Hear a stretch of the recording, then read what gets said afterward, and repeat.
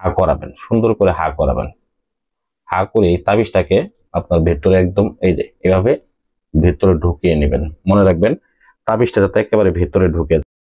কই মাছ দিয়ে, কই মাছ দিয়ে শত্রুকে বান মারার উপায়। কিভাবে কই মাছ দিয়ে দূর থেকে শত্রুকে বান মারবেন? শুধুমাত্র একটা তাবিজের মাধ্যমে এবং এই নকশাটার মাধ্যমে। তো স্ক্রিনে আপনারা এই যে নকশাটা দেখতে পাইতেছেন, এই সেই কই মাছ দিয়ে বান মারার নকশা এবং মন্ত্র। এখানে ছোট্ট দুইটা কথার মন্ত্র আছে, দুহাই মৎস্যদেব অমুকের দেহ হত্যা করে দাও শেষ। ঠিক আছে, এই মন্ত্রটুকু আপনাকে শুধু পাঠ করতে হবে এবং এই নকশাটাকে আগেই এই যে তা ছোট্ট একটা তাবিজের মধ্যে ভরতে হবে। তো সম্মানিত ভিউয়ার্স, কিভাবে কাজটাকে করবেন এখন আমি পূর্ণাঙ্গ নিয়ম আপনাদেরকে আমি বলে দিব। ভিডিওটা না টেনে ভিডিওর প্রথম থেকে শেষ পর্যন্ত দেখবেন, এছাড়া বুঝতে পারবেন না। তো তান্ত্রিকের পিছনে কিন্তু অনেকে শত্রুকে শেষ করার জন্য, শত্রুকে ঘায়েল করার জন্য অনেক টাকা খরচ করছেন, অনেক তান্ত্রিকের কাছে গেছেন। তো অনেকে আমাদের কথা এসে বলে, ভাই অনেক তান্ত্রিকের কাছে গেছি, কাজ করতে দিচ্ছি, কাজ করতে পারে নাই। তো ভাই আসলে মূলত মেন জিনিস হচ্ছে যারা রোগ ধরতে পারে তারাই দেখা গেছে সমাধান করতে পারে। তো বান কাটানো বলেন, তো অনেকে এসে বলে ভাই বান কাটানো অনেক চেষ্টা করছে, বান কাটাইতে পারতেছি না। ভাই আসলে প্রকৃতপক্ষে দেখা গেছে যে কই মাসের মধ্যে অথবা শিং মাছের মধ্যে শত্রুকে বান দিয়ে রাখছে। তারা দেখা গেছে বাড়িতে তালাশ করে, ঔষধ তালাশ করে, পেটের মধ্যে ওষুধ তালাশ করে পাবে থেকে, কিন্তু বানটা কিন্তু দিয়ে রাখছে কই মাছের মধ্যে এবং শিং মাছের মধ্যে। তো এতে করে যারা রোগ ধরতে পারেন তারা সমাধান কখনোই করতে পারবে না। একটা কাজের সমস্যা যারা ধরতে পারে তারাই মূলত সমাধান করতে পারে। তো আমি আজকে আপনাদেরকে সমস্যা ধরার উপায় এবং কি কই মাছ দিয়ে কিভাবে বান বানানো সম্পূর্ণ আপনাদেরকে বলে দিতেছি। আপনারা নিজেদের কাজ নিজেরা করতে পারবেন, কোনো তান্ত্রিকের কাছে যাইতে হবে না। তো যারা হতাশ হয়ে আছেন তাদের জন্য শুধুমাত্র আজকের এই ভিডিও। আমার ভিডিওতে লাইক করে যাবেন এবং কি সম্পূর্ণ ভিডিওটা মনোযোগ সহকারে দেখবেন। তো এখন দেখেন, স্ক্রিনের ভিতরে খেয়াল করেন, আপনার এই কাজটা করার জন্য সময়সীমা বলতেছি। সময় হচ্ছে সপ্তাহে 3 দিন, শনিবার, সোমবার, মঙ্গলবার। শনিবার, সোমবার, মঙ্গলবার। আমি স্পষ্ট ভাষায় ভালোভাবে বলতেছি আপনাদের বোঝার সুবিধার্থে। অবশ্যই না বুঝলে আমাকে অবশ্যই কমেন্ট করে জানাবেন। তো দেখেন এই দিনগুলোতে আপনারা সুন্দর করে আসন করে বসবেন। আসন করে বসার পরে আসনটাতে অবশ্যই গোলাপ জল ছিটিয়ে নেবেন। গোলাপ জল ছিটিয়ে আসনটাকে পাক পবিত্র করে নেবেন। তো অতঃপর আপনার যে কাজ সেটা হচ্ছে, স্ক্রিনে যে নকশাটা দেখতে পাইতেছেন, এই নকশাটা, এই নকশাটাকে সুন্দর করে অঙ্কন করবেন। কোথায় অঙ্কন করবেন? একটা সাদা কাপড়ের মধ্যে অঙ্কন করবেন, মার্কিন কাপড়। বিশেষ করে কাফনের ক্ষেত্রে যে কাপড়টা ব্যবহার করা হয়, এটা যদি আপনারা না পারেন, যে কোনো দর্জির দোকান থেকে সাদা কাপড় আপনারা কিনে আনবেন। এটা আমার কাফনের কাপড় থেকে আমি এটা অঙ্কন করেছি এক ভাইকে কাজ করে দেওয়ার জন্য। তো অলরেডি কাজটা আমার রেডি সম্পূর্ণ, এখন শুধু চালান দেওয়ার জন্য আপনাদেরকে আমি দেখাইতেছি। মূলত নকশাটা অঙ্কন করা শেষে এইখানে আপনি শত্রুর নাম নেবেন, শত্রুর নাম এবং শত্রুর পিতার নাম, ছেলে হলে পিতার নাম, মেয়ে হলে মাতার নাম, এটা লিখবেন।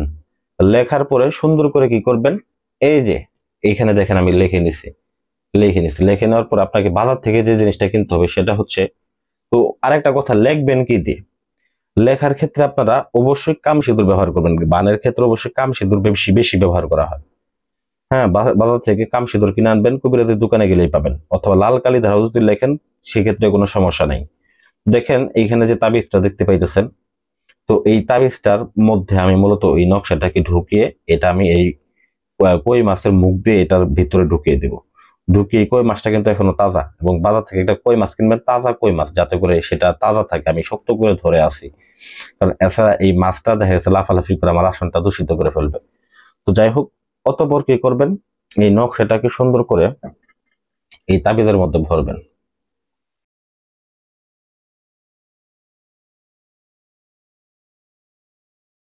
দেখেন আপনারা এইভাবে সুন্দর করে ভরে নেবেন।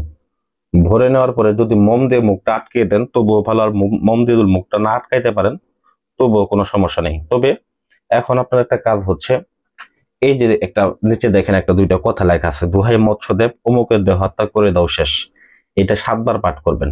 অমুকের জায়গায় যাকে আপনি কাজটা করবেন, আমি ধরেন এটা শামীমের জন্য কাজ করতেছি, এজন্য আমি বলবো দোহাই মৎস্যদেব শামীমের দেহ হত্যা করে দাও শেষ।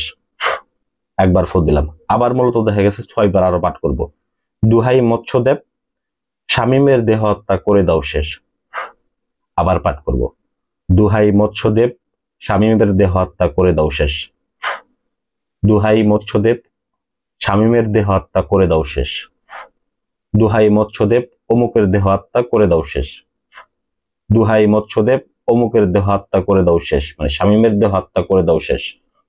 তো যাই হোক, এইভাবে আপনারা 7 বার পাঠ করবেন। 7 বার পাঠ করার পরে এটাকে হা করাবেন, সুন্দর করে হা করাবেন। হা করে এই তাবিজটাকে আপনার ভেতরে একদম এই যে এভাবে ভেতরে ঢুকিয়ে নেবেন। মনে রাখবেন তাবিজটা যাতে একেবারে ভেতরে ঢুকে যায়, ঠিক আছে? এটাকে সুন্দর করে ভেতরে ঢুকিয়ে নেবেন।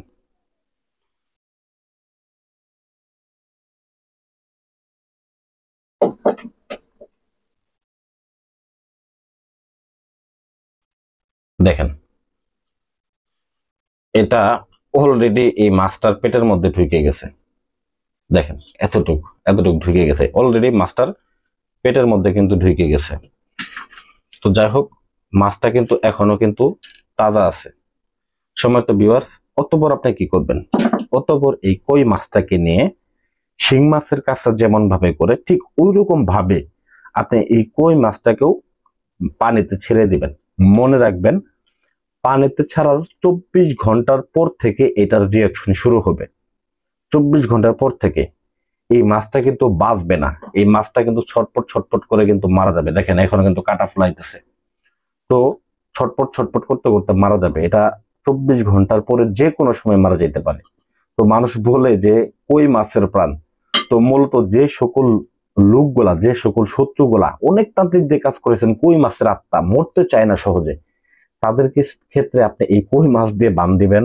দেখবেন কই কই মাছের আত্মা কই থাকে, ওই পাতালপুরিতেও যদি লুকিয়ে থাকে সেই ব্যক্তি মরবে মরবে মরবে।